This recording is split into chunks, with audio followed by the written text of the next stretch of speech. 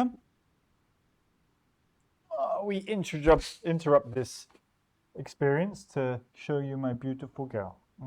Hello, ladies and gentlemen, and welcome back to another video where we're seeing if we can make an MMORPG video game inspired by RuneScape, World of Warcraft, and whatnot, using tools such as Claude.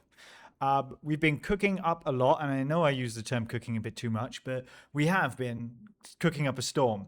We've got 2 new zones developed over the last 24 hours, including a new mountain and a swamp. And that's going to be a kind of good amount of baseline content that we're going to have for now. And we're going to expand on that and start building a roadmap in today's video and start to really provide more interesting and fun things for players to do and to achieve, like new gear and so on. So we've built this pathway, which kind of is almost like a walk into the mountains, which takes people to the base of the peaks. We now have the zone message popping up correctly. Here on the right, there's a nice little warning sign that says danger and a skull on the top of it. So let's climb up this mountain, and you're going to notice a nice little snowman. It's a bit of a juxtaposition going from a skull warning sign to then seeing a snowman, but I digress. We're now on the mountain, and as you can see, it's not huge. It's definitely bigger from the outside, but it's almost like we're now in this icy, snowy plateau, and there are snow wolves, level 15 snow wolves. We can fight them. We're actually using the new weapon, which was basically introduced from the boss in the cave, the Ashbone champion, which gives you basically a 30% chance of getting his weapon when you kill him. It's called the Ashbone Cleaver, and it's very strong. I need to make sure I eat food. It's a very strong weapon, the strongest weapon in the game so far. And yeah, you can see here we're using it to kill the wolf. We've got a bunch of loot here. We've got a wolf pelt, which is a new item, and we've got coins. There's also a fang that has a lower drop rate, but these items don't have usages yet. I'm still thinking of what we can do to introduce new items here, basically. We're also going to build a boss in here. A boss is basically going to be similar to the Ashbone champion, in which it's going to be very powerful. And I think this boss is going to require a party. So you're going to need to be more than one person unless you have a full inventory of food and you've got the strongest weapon in the game and you're a higher level. I want it to be like the first real epic boss fight. Maybe the boss is going to have some special abilities. But yeah, that's to be seen. It's a lot of work as everything is in this game. But this is pretty much the mountain. I think the tree models could do with a bit of work. They look a bit too much like a child's video game. But that's something that we can easily work on. Well, I was looking at my phone and I died. But this is a great excuse to hopefully show you the new mechanic, which is a graveyard. You'll see on the mini-map there's a grave, and here it says there's a timer, 4 minutes 36 seconds on your grave. So we're going to show you the new grave mechanics. Basically, when you died, it got frustrating that you then had to go and pick up all your stuff, and maybe someone else could have picked it up before you got there. So we introduced these gravestones where when you die, you can easily get all of your loot back. I still think it's a bit punishing to die because you have to then travel back and get your stuff. It's not like World of Warcraft where you can just respawn with your stuff, maybe take Resurrection Sickness and you get a debuff. I think that this is way more of a mechanic that makes more sense, which is more inspired by what is today on old school RuneScape, for example. So let's go and grab my grave. So the risk is when you're trying to get your stuff back is if you're in a place with aggressive monsters like these wolves, they're going to attack you as you try and get close. So you have to kind of be careful with the pathing, I guess, to avoid them. But let's see. Okay. Only one's attacked me. Okay, got my stuff back. Let's get out of here and go check out the swamp. So effectively, you leave the main city Lightshare here, which is to the south, and you can clearly see here we are about to enter into the swamp. Cue the zone message. There we go. The swamp is similar to the dark forest, that it's a bit gloomy. It's got a nice kind of boggy floor with these new swamp trees. And I thought it was kind of a funny idea to put these giant frogs. Now, obviously, in the starting zone, we had that guard who was talking about all he does is fight frogs, and we made a kind of joke to him, like, that doesn't sound too scary. And now you've got these level 20 giant frogs in front of you, so I thought that was quite funny, but maybe that's just me. Frogs, they're pretty strong. They're the strongest monster in the game right now. They can hit up to 5s, I think, is the max hit, or maybe 6. So we need to be a bit careful here. Food is always advised. And I'll show you what we've worked on. Also, we've added a new fish to the zone. And I haven't populated it fully. I'm not even sure if it's live here, but we're going to go check it out anyway and see. Frogs don't currently drop anything. That's something that I haven't worked on. Obviously, in the tutorial island, the small frogs dropped frogs' legs, but I need to figure out what frogs could drop. Maybe some slime or something. No, I'm kidding. We'll see. We'll figure it out. And they are very hostile as well. We've actually made some changes that these hostile mobs won't attack you if you're a higher level than them. We just wanted to make it a bit easier that if your purpose is to go to a zone and fight higher level monsters, like bosses, then you're not going to get attacked by all of the small mobs. Okay, the fishing spot did not make it into the update yet, so... Oh wait, it's over there, my bad. So here we go. We have the fishing spot. I don't have the fishing level. You need a fishing level of 10 to fish here. My fishing level is 1 because I keep resetting this account. But I can show you what you're going to get. You're going to get a swamp eel. And I've accidentally made it so that you get a cooked one, which heals off, I think, for 10. It's the strongest fish that we have so far. But yeah, let's start working now on the roadmap and what I want to achieve over the next week. I want to get as many ideas down as possible. So you're probably just going to see time lapsing, maybe some pausing to speak, and that's it.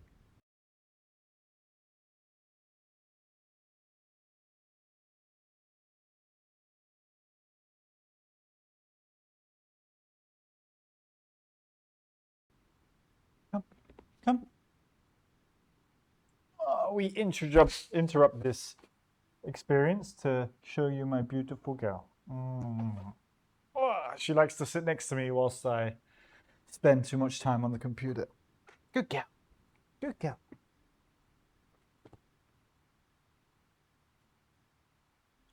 So what we got so far, new zones: desert, woodland, riverland, coastal, firelands, tundra, glacier, tropical/jungle, corrupted.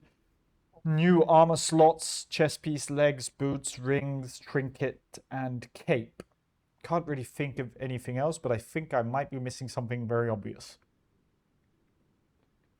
Introducing magic to the game, so we have dark shamans and we have wizards, but there's no magic. What's up with that?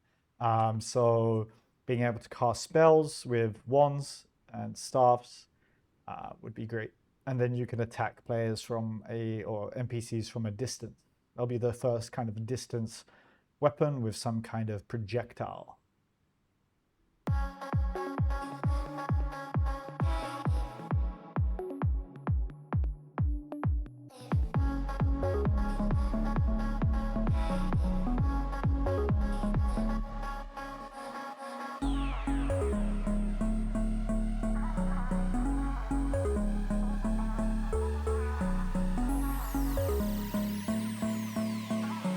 I just want to go over briefly of what I've got planned so far.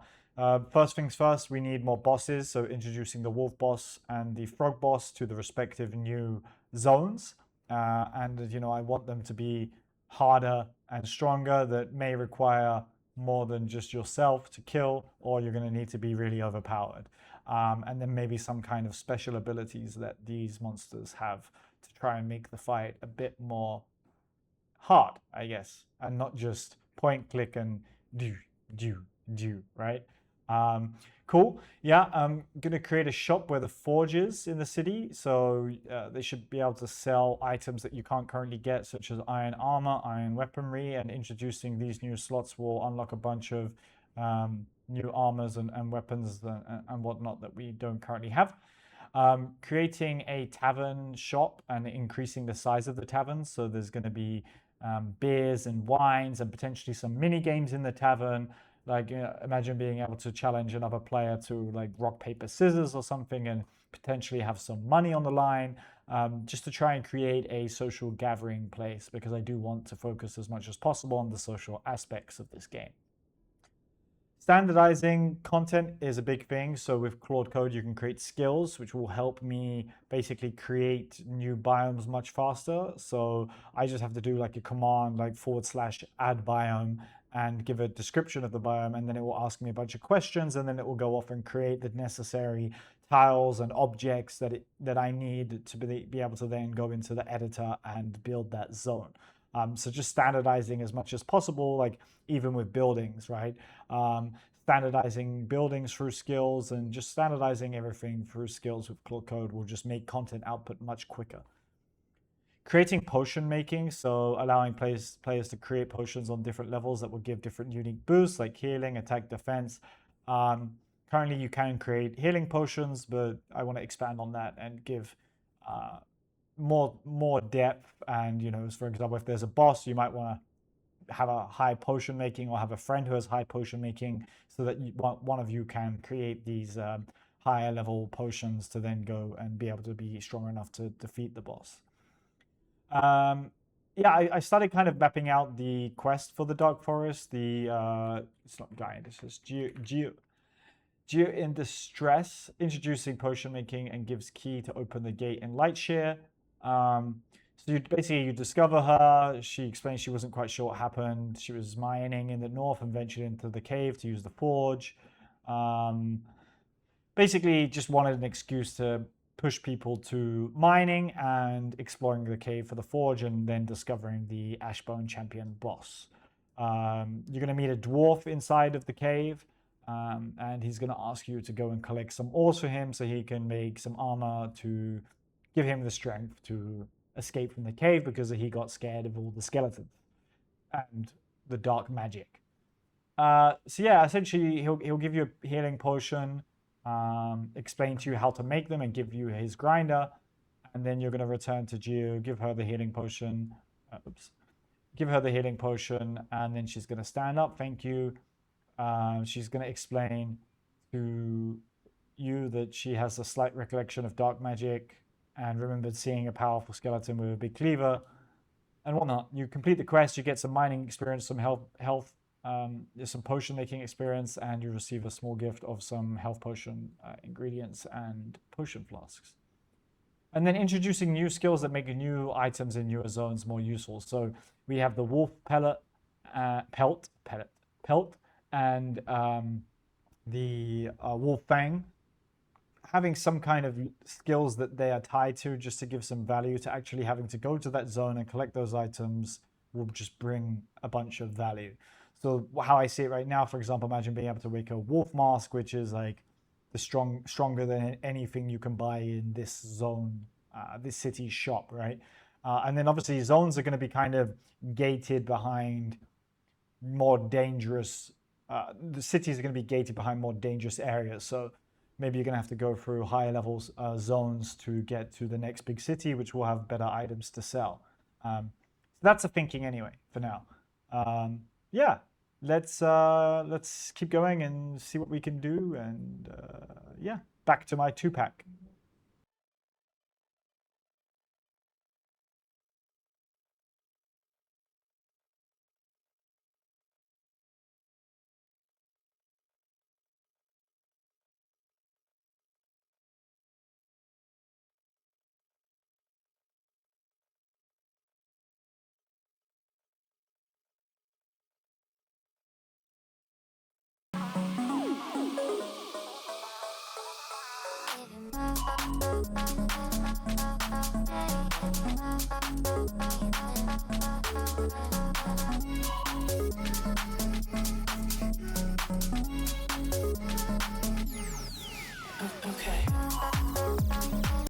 Okay, I think I'm going to leave it here for now, and then just start getting to work, to be honest. I think a few other things that I've added in is housing, so that, players can buy a house, get their own map, and then be able to invite their friends to explore their house.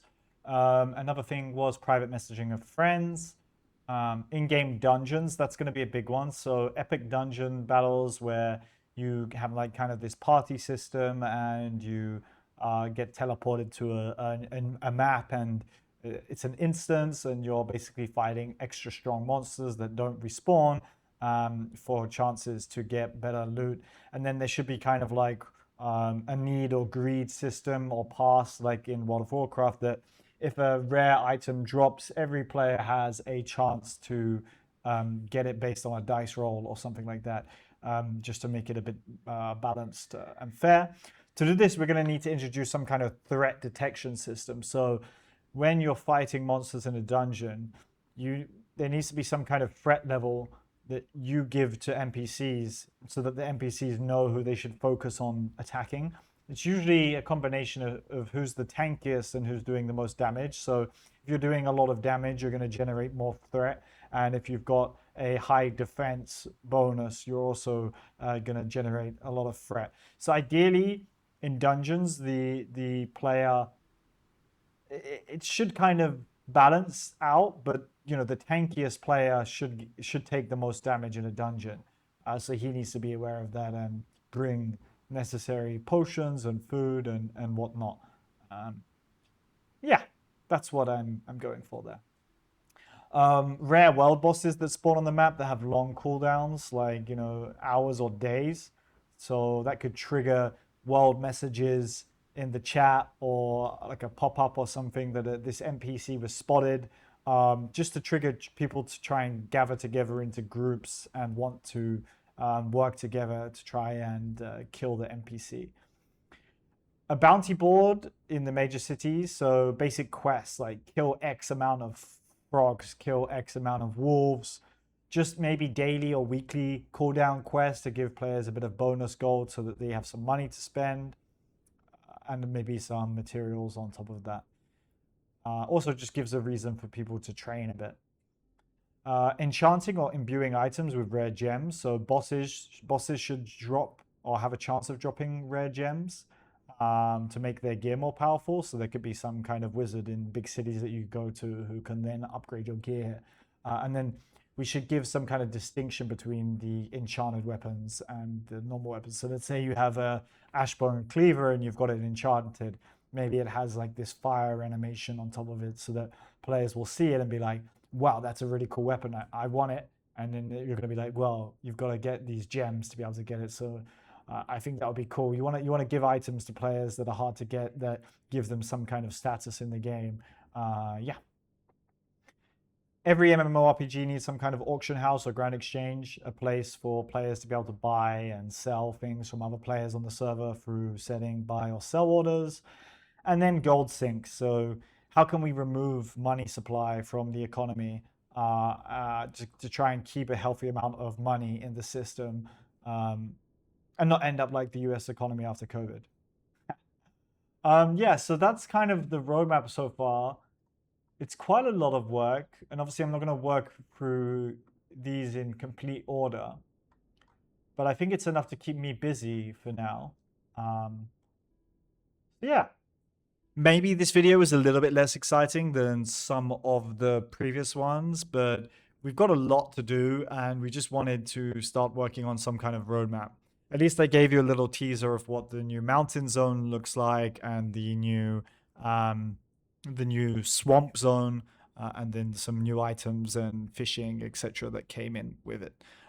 Obviously, we also make a lot of optimizations to rendering, animations, shadows, and all the boring stuff, so we can handle more players and just handle bigger maps, because I really want to have big maps, and I think big maps are essential to making a good MMO. So lots of optimization work goes into all of this. Hope you enjoyed, and I hope to see you in the next one. Check out the game in the description. Join us on Discord. We have a Discord now. And I hope to see you in the next one. Thank you very much. Bye.